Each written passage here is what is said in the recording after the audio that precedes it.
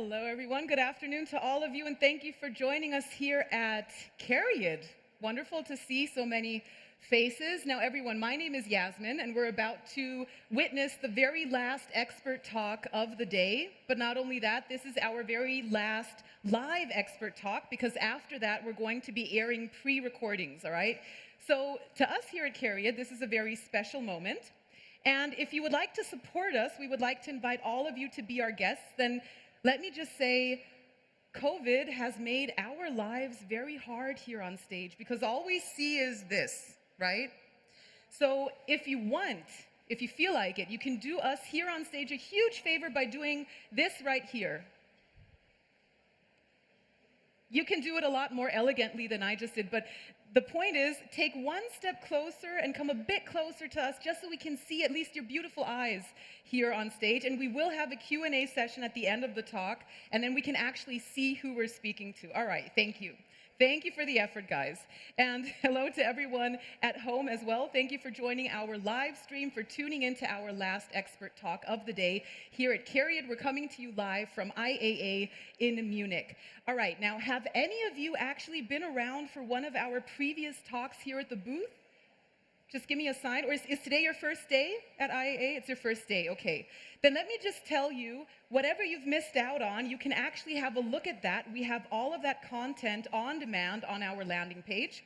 But we've been talking about artificial intelligence, just to, in a nutshell, give you an idea. We introduced our One Infotainment, our intelligent entertainment system, infotainment system. We spoke about unified software. Our unified software platform, automated driving, was something we had a very close look at.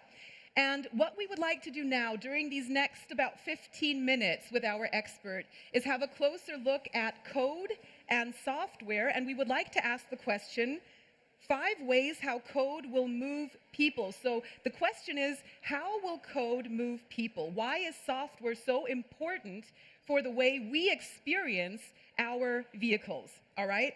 Now, to give you a short introduction of our expert, she's going to join us on stage. Once more, when she's done, we do have the possibility to get a live Q&A session going on, so make use of that opportunity. Anyone viewing from at home, we're going to drop a line. We're going to give you an email address in the comment section, and you can use that to direct questions to Nari, to our expert and her wonderful team, all right? We'll have someone coming around with the microphone. I think lovely Jane is going to be helping us today again, all right? Thank you for that. Now, here's to our expert. Nari is her name, I've already told you. Nari Kahle is head of strategic programs. She has actually been with the Volkswagen Group for several years now in various positions. Today, she leads the program management at CARIAD. And as I've already mentioned, Nari is going to explain to all of us how software and code will have a positive impact, the emphasis on that, a positive impact on the automotive future, and why it's going to become an increasingly important factor for all of us. So everyone, I would like to bring her out on stage without any further ado. Please help me make her feel comfortable. The last speaker of the day, it's late, we're tired, but she's here and she has lots of energy, so please give her a very warm round of applause. Here comes Nari! Boom. Thank you so much for this beautiful introduction. You're very welcome, Nari. It's very well deserved. Now, I'm going to clear the stage in just a minute and let you begin, but please, why don't you tell me this? You only recently have published a book. I know it's called Mobilität in Bewegung, so you do a lot outside of Volkswagen Group. Yes. Mobilität in Bewegung, mobility in movement in English. What is your book about? Just very briefly. Well, I think at the moment what is really interesting is we are working in a time of mobility that is rapidly changing, and that's really interesting to see. It's becoming more sustainable, but also whether or not we are looking at ecological sustainability, let's not forget about social issues as well. And that is my focus, because I'm strongly convinced that mobility needs to become more people-oriented, more customer-centric, and that's what it's all about. And you're going to tell us more right now, so yes, the stage is yours, Nari. Thank you so much. You're welcome. Well, Hello, all together. Welcome to the CARIAD booth. Thank you so much that you're here online and also here on stage. I'm thrilled to have you. I'm not really sure if you know CARIAD, if you really know what we do, but let me tell you this, we love code. And I would like to show you a little bit why we love code so much and what is really the impact, what we can achieve. And therefore, the title is called Code That Moves the World, or a couple of ways. And I'm showing to you 5 ways how code can move people better, our vehicles, our cars better than before, and also our society for the future. And you may think that may be a little bit difficult, but I want to show you that it is possible. Because as I just said before, the automotive industry is completely being transformed. And it's really exciting times, a lot of new competitors from all over the world, startups who are challenging the existing mobility, all make these times especially interesting and fascinating to work with. And therefore, we are, of course, in really challenging time where software thinking meets engineering thinking, when new ways of working meet traditional forms of working, and bringing all of that together is one of the things we want to do. But there's one thing that is really important and showing towards the future, and that is data is going to be the key in the automotive industry. And therefore, data is really becoming the real currency. And that also means that sometimes we have a lot of discussions. What is the right way to go? Do we turn left or right? How do we know which is the right way towards the future? And let me be honest, sometimes not everyone agrees. But we agree on one thing, and that is that we can really change the future of the car, of driving through codes to making it better for the future. And I want to show you how we do it and, of course, what also drives us. We have one chance, and I think it is a tremendous opportunity, and that is to change the way that 10 million new cars every year out there can work and can work better with codes. And this also, of course, for us is a huge responsibility to really provide automotive future, to drive safer, and to make traffic better than before. And also that's why I believe that mobility, that cars, automotive industry can become better. And that's why I want to show you the 5 points that I think are really crucial towards our future. So let us start to look at the 5 points that are really important, that are really changing and becoming a game changer in the automotive industry. And whoever thought that this is going to be boring, I hope you will be convinced that it really is not. And I will dig a little bit deeper into each and every one of those points. Let us start by the first reason why I think that code is really changing mobility. And the first one, of course, is code will entertain us during our ride. And I think all of you are aware we have a lot of exciting voice assistance systems. So voice assistant is really helping us to plan the perfect route, to find charging stations everywhere that you need. Also to entertain us, we can pull down music a little bit lower or higher up, whatever we want to do. But there are 2 really interesting advantages for the drivers. I don't know if you're aware of that. First of all, voice control and voice assistance helps us to be less distracted. So instead of looking for the right button and be distracted from focusing on the street, which is of course key, we can use voice assistance to help us and still remain focused on driving. But there's also a second point, and I don't know if you have thought about that.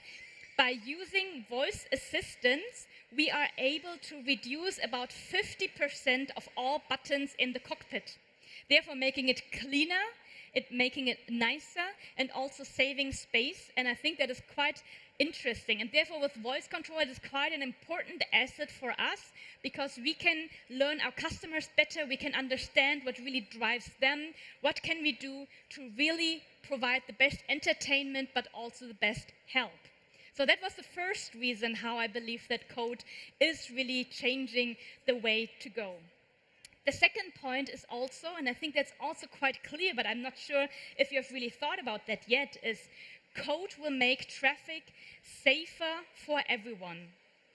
And I don't know if you're aware of that, but we have a really difficult traffic situation. At least in Germany, it is still that we have 2 million car accidents every year, and that 3,000 deaths still happen during accidents. And therefore, if we really look at that, it means that 95% of all accidents are human-made. And if we look at those numbers, I think all of us agree that there needs to be something done, that we need to make traffic more secure than before. And therefore, it is code which can also help us to provide more security within traffic system. And I think that is kind of a fascinating topic because, as you may know, already today cars are being connected to other cars and to other infrastructure and therefore communicating on a basis. And this already has security advantages as of today. As you can imagine, you are stuck in traffic, maybe on the Autobahn, and when an ambulance arrives, it takes quite long until the driver really hears and sees the ambulance coming. If the cars are connected, they are warned digitally long ahead, and therefore it is possible to pull the cars over, making space for the ambulance to come. And I think examples like that are quite important to show that already as of today, and especially for the future, cars will be able to provide to better security when they are connected via code. And I think that is quite a fascinating point. But that's not all. So let's move over to the third point, how I'm sure that code is changing mobility and cars for the future. And that is the point that cars will make driving more sustainable. I don't know if you're aware of that, but for the city traffic, when you go into urban situations, you see that about 30 or 40% of the traffic in a city is caused by, I don't know if you're aware of that, by the search for a parking spot. And if you are able to digitalize the parking areas within a city and really are able to navigate the cars to the parking spaces that are still free, you can reduce a lot of traffic and therefore also reduce a lot of emissions, which is, I think, also a very important point that we consider that for the future, making driving more sustainable. And therefore also being more precautious and really driving in advance better makes emissions less, and I think that is exactly the point that we all need to work on together. So that was number 3. Let us focus on number 4, the reason how I think that code is moving us in a better way than before, and that is code will keep the automotive experience always fresh.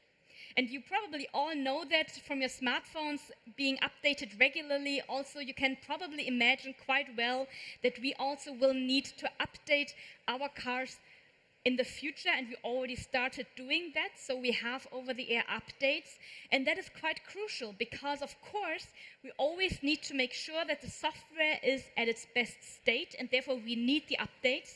We need to make them for security reasons, to be aware of course, hacker, and therefore also making it a safe space. But I'm not sure if you knew that, but having over-the-air updates also helps and has advantages for the customers because they need to go to the service station less than before. So we are actually saving time for the customers by providing these forms of over-the-air updates, and of course always keeping the car software as young and fresh as possible. And this can also lead to further new advantages for the customers. So for example, you want to have just one of the most important features that you want to have because, for example, it is freezing cold outside, you want to have a seating heat mechanism for your seat, and you just want to have it for about one weekend. You can just purchase it for the weekend instead of having to pay for it all the time. So just paying for additional features will be so much easier in the future, and I think that is also an important part on what we need to focus on. And therefore, that's number 4 reason. But I will also give you a 5th one. And to be honest, I think that has the most impact on our society. And that's, of course, autonomous driving. As you can imagine, we are all working on it very hardly because this will have a big impact on all of us. So code will give you back time. And there are a couple of statistics showing that at the moment, people on average are spending 37,000 hours in a lifetime in a car. And I'm pretty sure we all agree that you can use it better also in a different way. You can use it for reading, for sleeping, for entertainment, for studying, for working, whatever you may think of. And I think we are all sure that giving us back this kind of time through autonomous driving is an enormous chance. But there's also a second point to it, and I think that's quite fascinating. You're probably seeing here and there at the IAA Mobility also a couple of autonomous driving shuttles, and there will be more and more coming within the next few months, I'm pretty sure. And this form of autonomous driving can also provide huge chances for those people who have not been able to drive themselves. Maybe because they're too young, maybe because they're too old, maybe they don't want to drive, maybe they can't drive because of some form of disability, psychological or physical. And I think providing autonomous driving possibility, making people mobile who have not been independently mobile before, is just an amazing chance that we should really focus on as a society. So that is the 5th point, how I believe that code is really changing the way not only the car is driving in the future, but also having a huge impact on society. Code helps us as CARIAD, as part of the Volkswagen Group, to really understand our customers even better than before. We learn something new every day about them, and we want to do everything so that driving or being in a car is becoming more and more appealing and attractive and easy to use in a very user-specific way. And therefore, when automotive meet tech, I think a lot of beautiful things can happen, a lot of magic can happen, and that is what is really driving us, what is really important to us, to turn the car from a mere machine to really being a companion to us that makes traffic better, more secure, and also really providing towards sustainability and our society. And I'm really convinced that when automotive meets tech, a lot of exciting and new innovations can emerge. And that's not only changing the way we ride, but also people, our society, and also our world to drive them better. So I really hope that you liked a couple of the points that we were talking about, that you also think it's interesting to see how much is going to change throughout the automotive industry, and that code, our love for code here at CARIAD, will really be a game changer in the industry. Thank you so much. Thank you, Nari. Thank you so much. Now, do we have any questions in the audience? Now is the time. Any and everything you've always wanted to ask Nari, she's right here. You can take another minute to reflect on that and maybe just gather your thoughts. Let me ask you this. Now, I think that the social aspect is something that's very dear to your heart.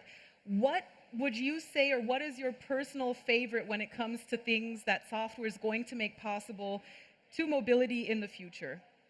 I think what I really find fascinating about code and cars is that we are able to provide more and better mobility to people. And before, we have always excluded some parts of society, which I found quite unfortunate. And I'm really happy that we are now working on an impact to really include more people and to provide mobility solutions that have not been possible before. And I think that is a really great aspect to it. And that is a beautiful aspect to it. And I know that you are still looking for help in your team, right? Because today, I don't know if you know, ladies and gentlemen, today is recruiting day, officially here at CARIAD.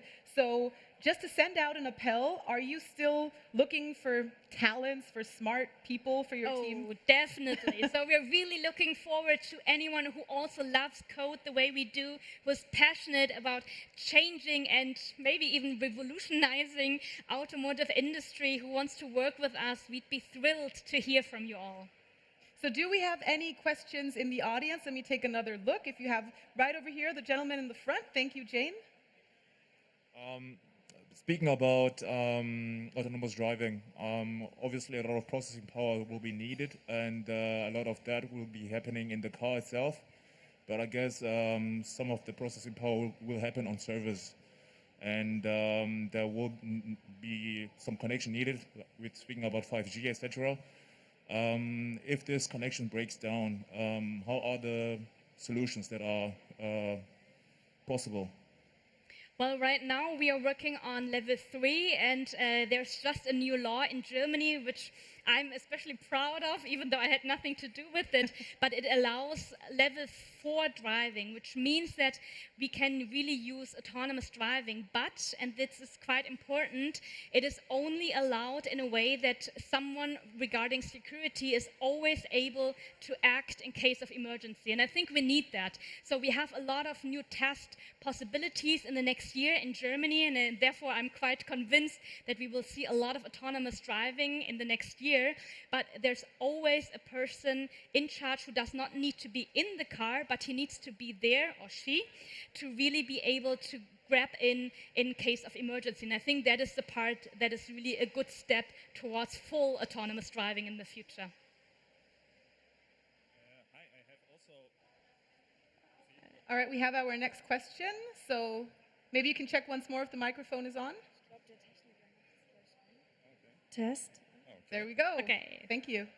Yes, a question for the autonomous driving also. Will there be some strategic partners for the autonomous driving, or will Volkswagen do it by itself? Strategic partners. That's a very nice question also. Thank you so much for that. We are currently working a lot, but we are also working with a lot of different partners. So we are partnering with partners from the startup region and larger corporations. We want to increase, of course, our knowledge as well, but we will also, of course, and are currently working with a lot of partners. And I think partnership is key. Thank you for that question as well. Do we have another question here in the audience, right here in the very front? Or ladies first, next up. Yeah, hi. I'm Anastasia. I have a pretty specific question. That's why I wanted to wait, that more pressing questions to be answered. I work in the insurance business. Business is done. I'm here on my free time now. But I wanted to ask what you really think about this vision of insurers, of situative insurances, right? Because I always had this feeling that nobody actually wants to talk about insurance at all, like, right? It has to be a white label part of the value chain in cars.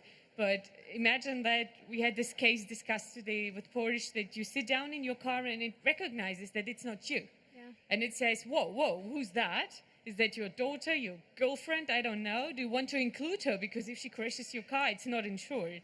Do you want to include it, like you said, which I pretty much liked about the heating, like, do you want to include it for today, for the month, for the year, forever, if you want to marry, who knows? But so what is your opinion on partnerships in that area? Or is it just a myth from, my opinion as a young innovation professional in insurance, that nobody wants to talk about? You guys, relax. Well, I mean, I think insurance is a really big topic that is coming up, and I'm not even sure if all of the questions that will appear in the future are fully answered yet, and I'm pretty sure that there are still a couple of open questions.